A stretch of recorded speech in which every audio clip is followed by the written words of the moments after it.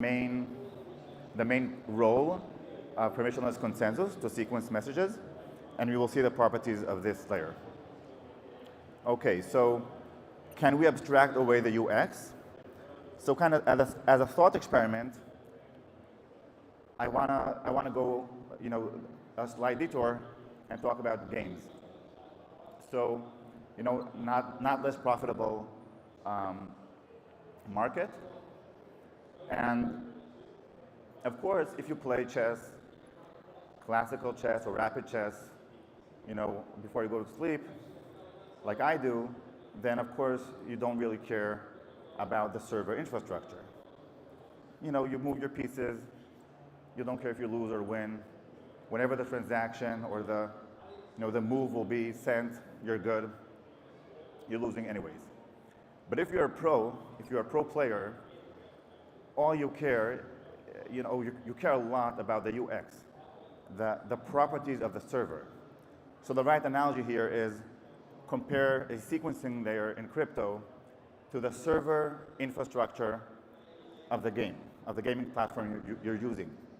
Okay, so they have the same role from your perspective, and you cannot take a pro chess player and abstract away the properties of the server. Okay, you'll basically tell the pro, you'll take Magnus and tell him, you shouldn't care about server latency, you shouldn't care about server uptime, and when you play Blitz, Bullet, Hyperbullet, all you care about is the server responsiveness. Okay, how fast does the server render, respond to your, clicks? Okay, so you can see here sort of a DAG that Hikaru depicts in this course.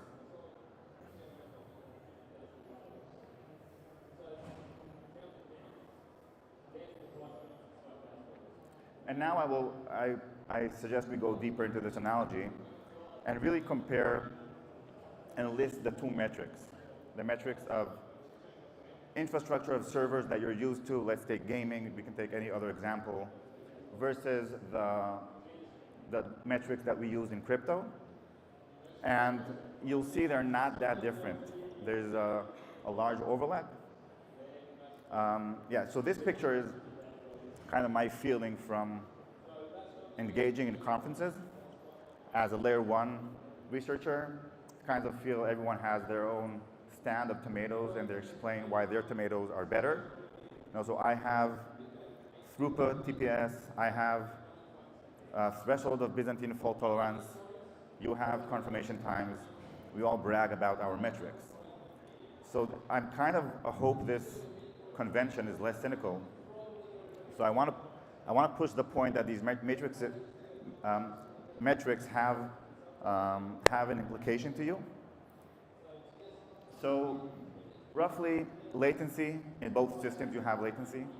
You're interested in latency. You're interested in resiliency against attacks. Of course, in gaming platforms, regular servers, you're more interested in the server not responding fast enough, which is called in technical terms crash fault tolerance. In a more adversarial environment, it's, in research we call it Byzantine fault tolerance, throughput, etc. Now, there are manipulations in gaming. You can manipulate the latency as a player. So if you play Fortnite, you can do I think it's a lag switch, where you play with the latency just in order to fool your opponent.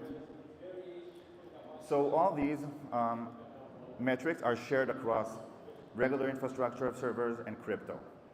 What's unique about crypto and what I want to touch on today is the metric of resiliency to manipulation by the servers or by the miners or sequencers, the agents, the participants of the sequencing layer, whatever layer you want to call that. And indeed, this field has gained traction. In Ethereum, the main DeFi ecosystem, the manipulation by sequencers has come up quite profitable. These are numbers from pre-merge. The new numbers are more delicate, and I won't go into them. So it's a large market, and most of the activity, lots of the activity in Ethereum is around these concepts of server manipulation or miner manipulation, sequencer manipulation, revenue, MEV. Okay, so we set the stage for this metric of resiliency to miner manipulation, to sequencer manipulation. And now I want to take a small detour and talk about Caspa, how it looks today, and how it will look in the future. Hope this works.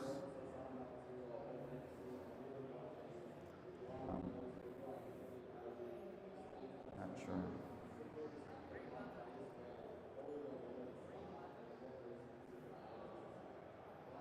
Okay. No. How do I make this video work? Operator, responsiveness, operator.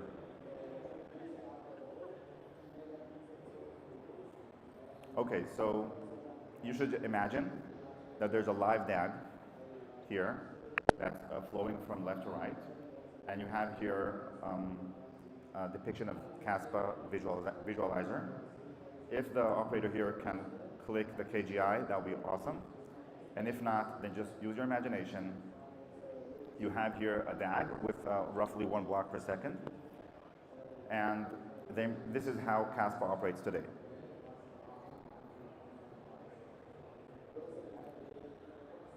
In the future, Caspa will operate with 10 blocks per second. Again, if someone here listens, can you please in the back click on here? That would be very helpful. So we wanna we implemented. I didn't really contribute to this. Satan here led the force, the Rusty Caspa force. You can see some of the contributors here.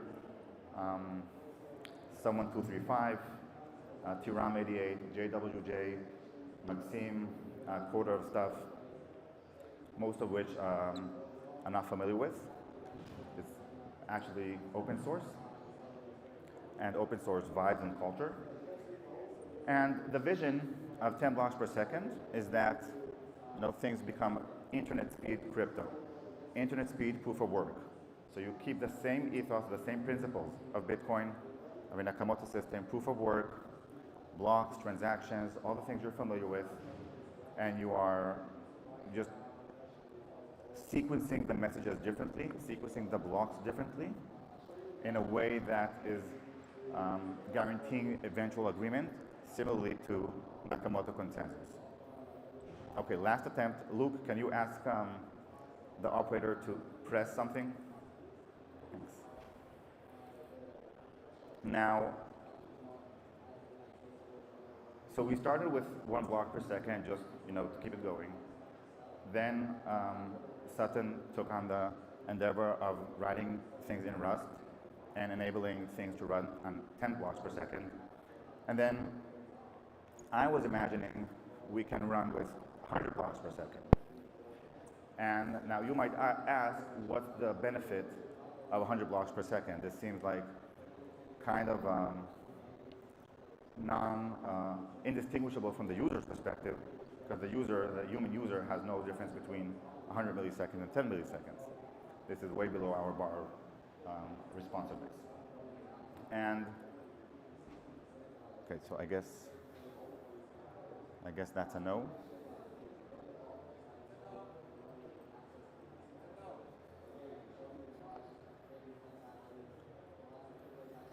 Okay, so there's an interesting question here.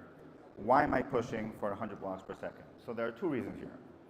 One reason is that we had a Bitcoin core developer in our team, which was, he worked with us. His name is Elichai. He's an applied cryptographer. He helped us, but he was very indifferent to our achievements. So I had to grind on him and to ask him, hey, Elichai, what would make you less apathetic to Caspa? And he kind of shrugged and said, Bitcoin. And then And then he said, okay, if you do 100 blocks per second, that will be impressive, and I might be somewhat excited. So that's reason number one.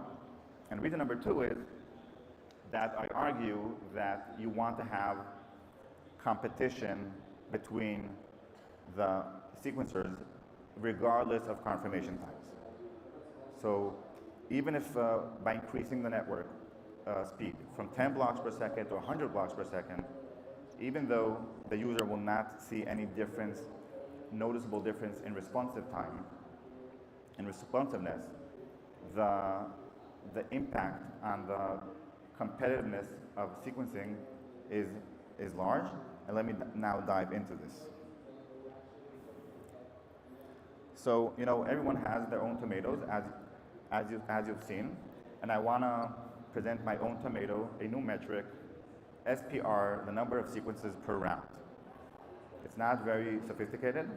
I'm basically setting the question, how many sequencers are competing at each consensus round? So what I mean by consensus round is quite simple. In Bitcoin, there's competition between miners, but every block, every 10 minutes, on average, only one miner gets to create a block. Similarly, in Ethereum 2.0, I believe 12 seconds is the stall time in which one sequencer gets to decide which transactions are sequenced and in what ordering. Okay, so any blockchain or most blockchain that you're familiar with are leader-based consensus. Leader-based consensus means that whether it's decentralized or not, regardless of the rotating committees and how you achieve silver resistance, at every point in time, at every latency round, so to speak, one entity, one node decides what is sequenced. And you are all fine with this because you're saying, okay, if my transaction doesn't go in the first round, it will go in the second round. So you're not really concerned by this metric, but that's because you're amateur chess players. But if you were pro players, like real DeFi, heavy financial players, traders, LPs, that you want to get the best price for your liquidity, you'll really feel the difference whether the sequencer is one entity that can manipulate everything in that round at will. Just what I mean by at will, front-run transactions, back-run transactions, sandwich transactions, censorship transactions. Just for this round, I can censor transactions, make sure it gets in the next round. So if you were a heavy financial player, you would really optimize you would really enjoy the benefit of competition. So what you see in this graph, you see, again, Caspa, as today, 1 block per second. Let me try to go into details. So this is the newest block. These are the oldest blocks. And I just took a certain slice of the block DAG. And what you see in this slice is 3 miners, 3 sequencers have created blocks in parallel, which is a common phenomenon in a DAG. There's no orphans, there's carded blocks usually. These are 3 miners that, due to the high block rate, haven't seen each other's blocks. This is the name DAG. The term DAG refers to directed acyclic graph, and the implication for you or for the user is that messages can be sequenced in parallel. Now, again, the fact that messages can be sequenced in parallel by every miner at a high speed, of course, is great for confirmation time. But again, if you go from 10 blocks per second or 1 block per 100 milliseconds, this seems like enough for confirmation times. You will feel awesome with Caspa with 10 blocks per second. You wouldn't want more. But I argue that you should want more. So on your left-hand side, you see the testnet of Caspa a snapshot of this, unfortunately, with 10 blocks per second. Now, you see the implication you see is immediate. You see, okay, faster blocks, more blocks per time, per unit, but more importantly for our context, what you see is more competition on sequencing the round, on sequencing transactions in that round. How does that look like? It depends what mechanism you bake into the system. But I'm working these days with a VBH from the Hebrew University on such a mechanism, and let me give the flavor of the effort. So the flavor of the effort is all these miners, all these sequencers that created blocks in parallel are all competing for your transaction. So consider you are a liquidity provider with large funds. You want to get the best price for your assets. You don't want to be spoofed or the transactions of bots giving you the least favorable price. So how will this mechanism look like?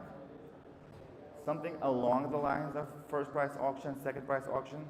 I won't get into the details, but roughly at every round, meaning all the time, when a miner creates a block, the miner has to say roughly how much they're willing to kick back to the users. Okay, so I'm creating a block with manipulable transactions I can extract value from, as any sequencing layer can. And now I say, okay, I see that Alice's transaction, gave me a benefit of or a profit of let's say $200. I'm bidding $180 for this transaction. I'm keeping my profit. Another sequencer will be more generous with Alice. We'll give her $190 kickback. And you sort of aggregate these bids, these kickbacks, to decide which miner, it makes more sense to allow to sequence Alice's transaction. So again, just your mental model should be simple first price auction or second price auction. Of course, in practice, this doesn't work. We need to go into more sophisticated methods. That said, I do want to highlight the importance of 100 blocks per second. So N here in the table behind me, you see a comparison between first price auction and second price auction. All auctions of that sort become more efficient in terms of revenue. Here, revenue would be Alice's kickback as a user. They become more and more efficient as N grows. You know this already. You know that a competitive market becomes more competitive, more efficient, as there are more entities that participate in the competition. This would be kind of intuitive. You start with a monopoly. Monopoly is what happens today in Bitcoin sequencing, in Ethereum sequencing, in Solana sequencing. That's a monopoly. Today in Caspa, you have 2.5 maybe blocks per round, meaning in parallel. So if we had today this system in place, it would be like a duopoly or so, or that of that sort. And if you imagine 100 blocks per second, you'll have a very good competition. So it will be enough for you to send your transaction to even like 7 or 8% of the sequencers, and you'll get a good price for your transaction. Okay, so think about it in general, more generally. The more parallelized the sequencing is, the more competitive it is, and you can create more products that are basically competing with one another in the same round, in the same 10 or 100 milliseconds. And this might sound petty to you, but actually this is kind of the game in finance. You know that this is the game in traditional finance. These 10 milliseconds are infinity in times of finance. In time scales of finance, people are optimizing for microseconds. Okay, so another problem that is related to that, another challenge, and this will be the conclusion of my main presentation. We are used to we're used to think of a blockchain as something that is completely secure, cryptographically verified. Everything in the system is authenticated. We know who signed what, and whether it's true or not according to the input inside the blockchain or the block DAG. However, most of the financial logic actually depends on the system outside, right? You need price feeds from outside to know whether your collateral has reached a certain threshold. This is how Avi lending works. You need to know prices for different assets. And all this data outside the blockchain theoretically cannot be verified. You need to use some economics to ensure, or to hopefully ensure that the system is, that the info is correct. So just imagine a price feed. This oracle says ETH to BTC, I don't remember the range, 1.2. The other says 2.3. All these fluctuations within the same round. You want to aggregate as many price feeds as possible within the same latency, round of the internet, and then you aggregate them in a good way, in a correct way. I won't get into the details now. What's the correct way to aggregate Oracle's price feeds or general market data? I will point out that this is a known problem, but not enough known, meaning a lot of the financial logic in our system depends on the oracles, which is surprising because you would have expected, that everything is cryptographically secure within the system. So it is, unless you need data from the outside. And again, 100 blocks per second in parallel system, you can compete, you can arrange a competition between the different agents that are participating in that round and make sure that the competition pushes out outliers, disregards their report, and averages them correctly.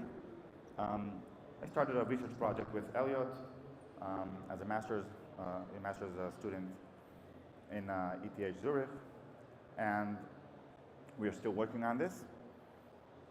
Okay, so that's the conclusion of my main talk. So the answer is yes. L1s are still relevant. Sequencing layers are the main thing that is relevant. It will remain relevant forever. You can abstract the UI of this. You cannot abstract the UX. You will always need to inform the user what's going on behind the scenes, what they should expect in terms of other players spoofing them, front-running them, speed of finality. So I hope you join in some form or another the project. Thanks a lot for having me, for having us. It's a great atmosphere here in the hemisphere. See you around. Thank you, sir. Great job. Thanks. Thank you. Cheers. Fascinating. 2030. It's going to get crazy, isn't it? Guys, we're back in about